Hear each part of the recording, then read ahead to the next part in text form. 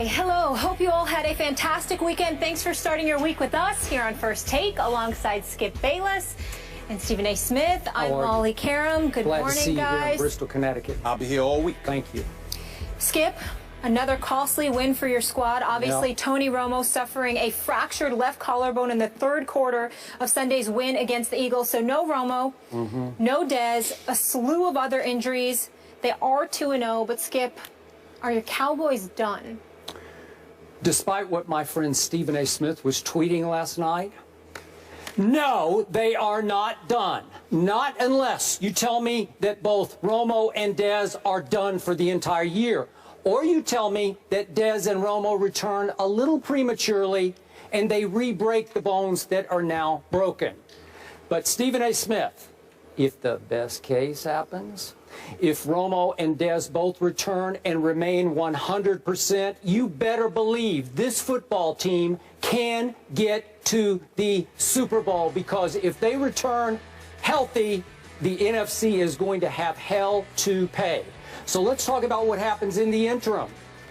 I still have the best offensive line in all of pro football. And by the way, most people don't get this, but Ronald Leary, my starting left guard, could not play yesterday.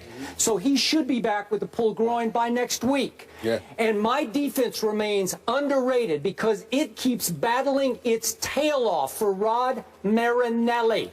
And what it pulled off yesterday against the Eagles in your town in Philadelphia was nothing short of quietly spectacular. So let's just talk about this. All my Cowboys need to do is win the NFC East, because if you win the East, and by the way, they already have 2 huge division wins. The NFC East title gives you a ticket into the playoffs, even if you have to play on the road. What have my Cowboys now done, Mr. Smith? They have won 10 straight regular season road games. Franchise record. That's unbelievable to me. 10 straight on the road.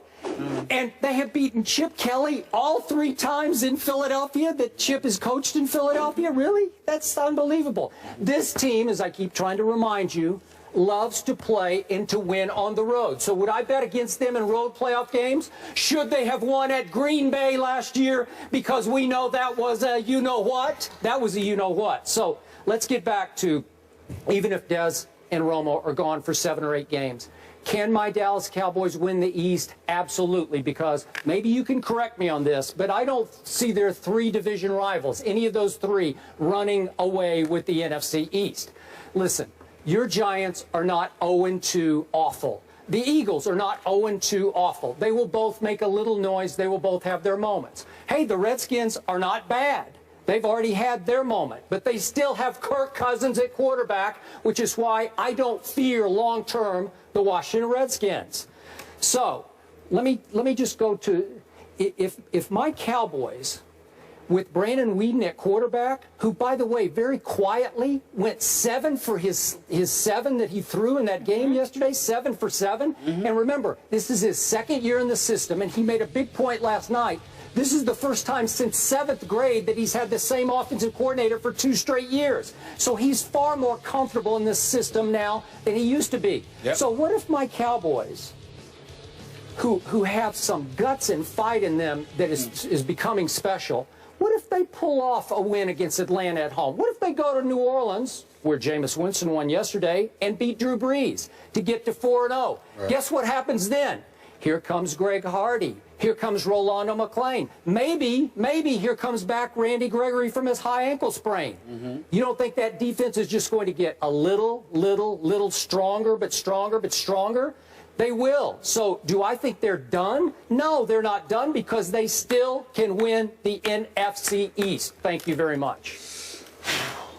Skip Bayless, let me start off the show by giving you kudos, because for the 2nd consecutive year, you're absolutely right. The Dallas Cowboys are going to win the NFC East. The Eagles, once again, have let me down. I'm done. Oh, you're writing it off. I'm writing the Eagles off. I'm writing the Eagles off, and I'll get to that in a second. They just look pathetic.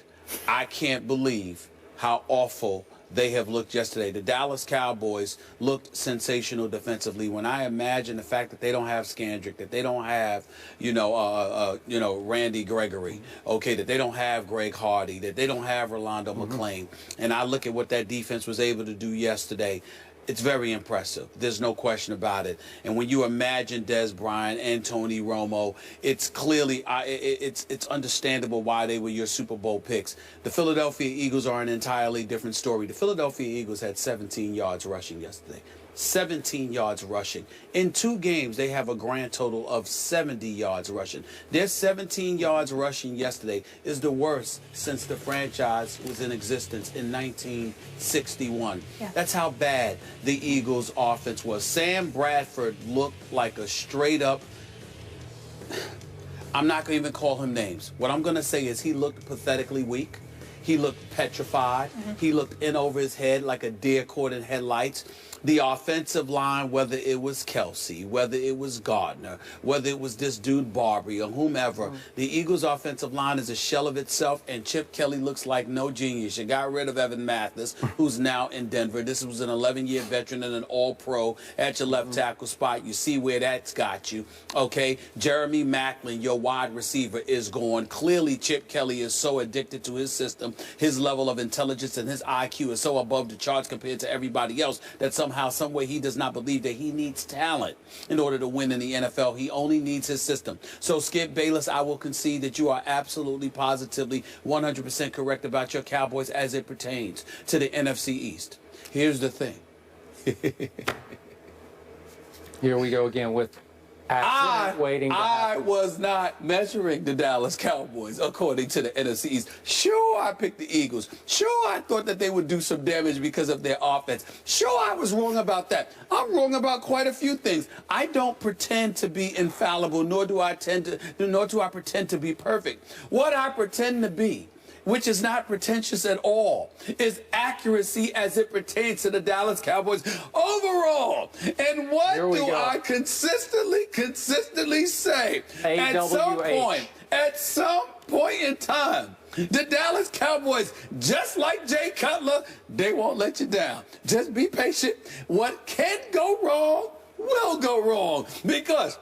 Because why, Skip Bayless? They are, say it with me, they are an accident waiting to happen. Now, in all seriousness, because we have some idiots out there, adults and children, who literally believe that I'm laughing about somebody's injury. No, I don't want anybody to be hurt. I don't want physical harm to come. Tweet some more. That's right. Thank you. No, seriously, in all seriousness, because we've got some people, even in our profession, who will remain nameless. But I saw some tweets yesterday, that took it a bit seriously. Okay. No, that took it a bit seriously. Okay, and I do not wish physical harm upon anybody. I wouldn't be sitting there laughing if somebody was on the turf paralyzed or something like that, or they had a neck injury or had to be carried away in an ambulance or anything like that.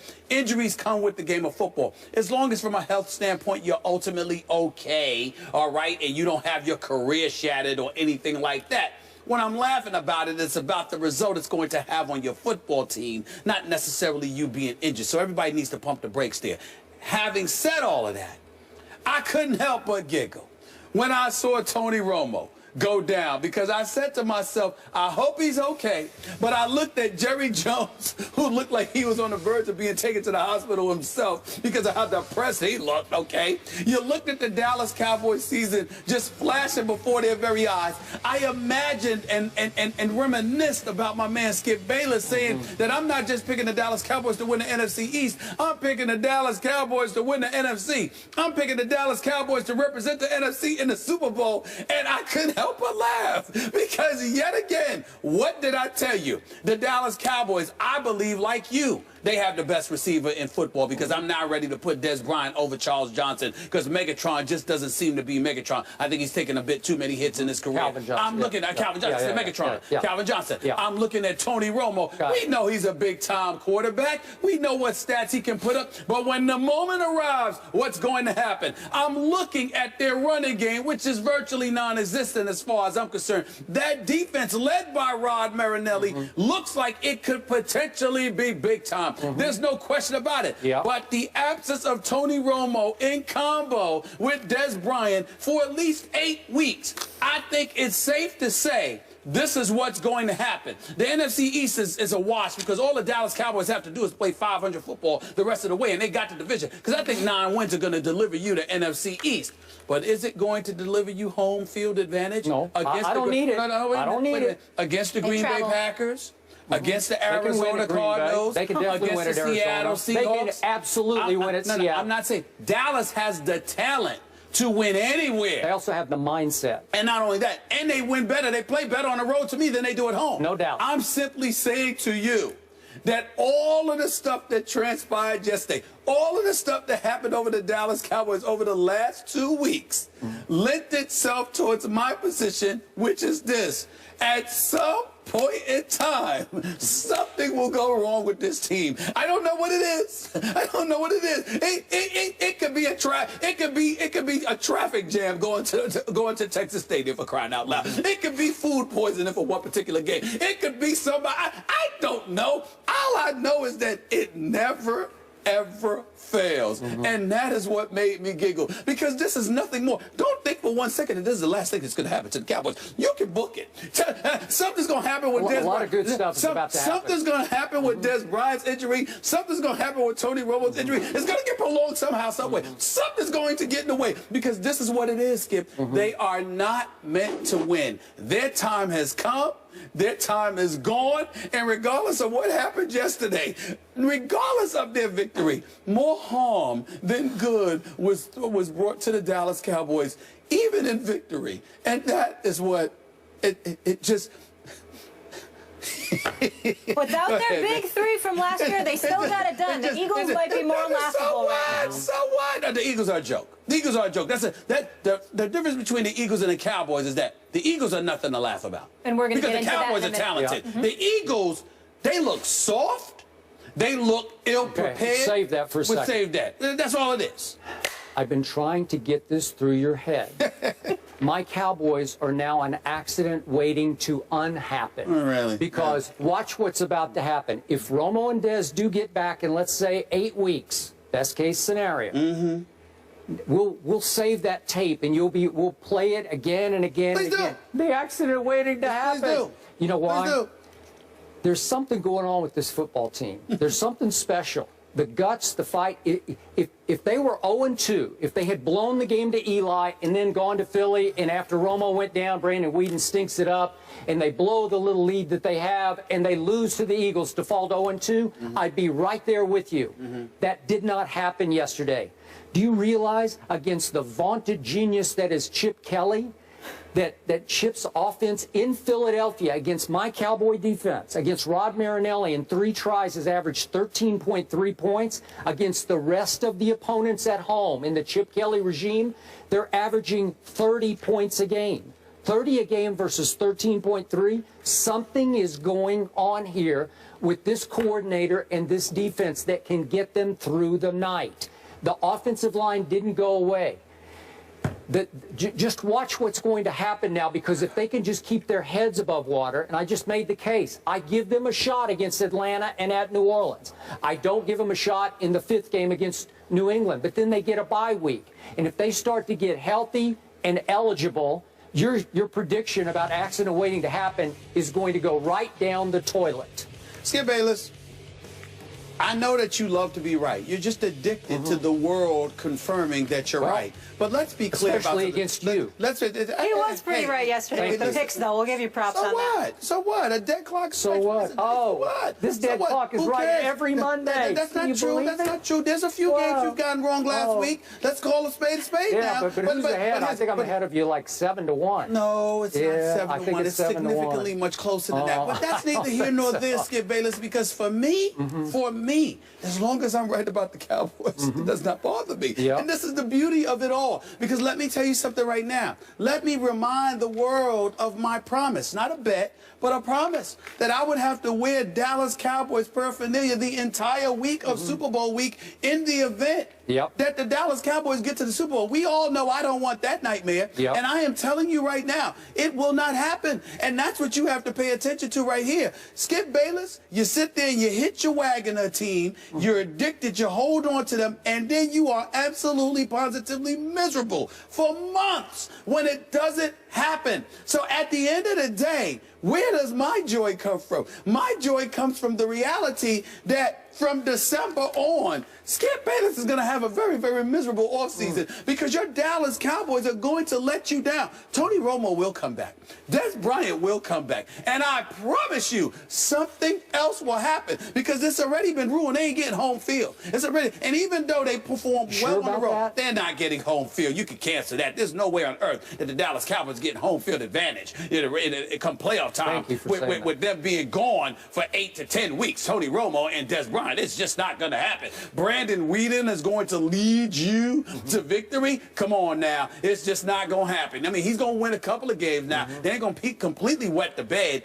But the Dallas Cowboys will struggle. They will not be the same team. And as a result, it will cost them home field advantage in the playoffs. And as a result of that, they will not be going to the Super Bowl. As I promised you, they would not. This, to me, as long as Tony Romo, God bless him, and I don't want any life-threatening thing to happen to him, of course. But thank goodness, you know, he's relatively healthy, but he can't play football. In the end, I want you on the field with your best losing that way rather than you getting injured, except with the Cowboys. Because with the Cowboys, my accident waiting to happen mantra, I love that to continuously prove correct.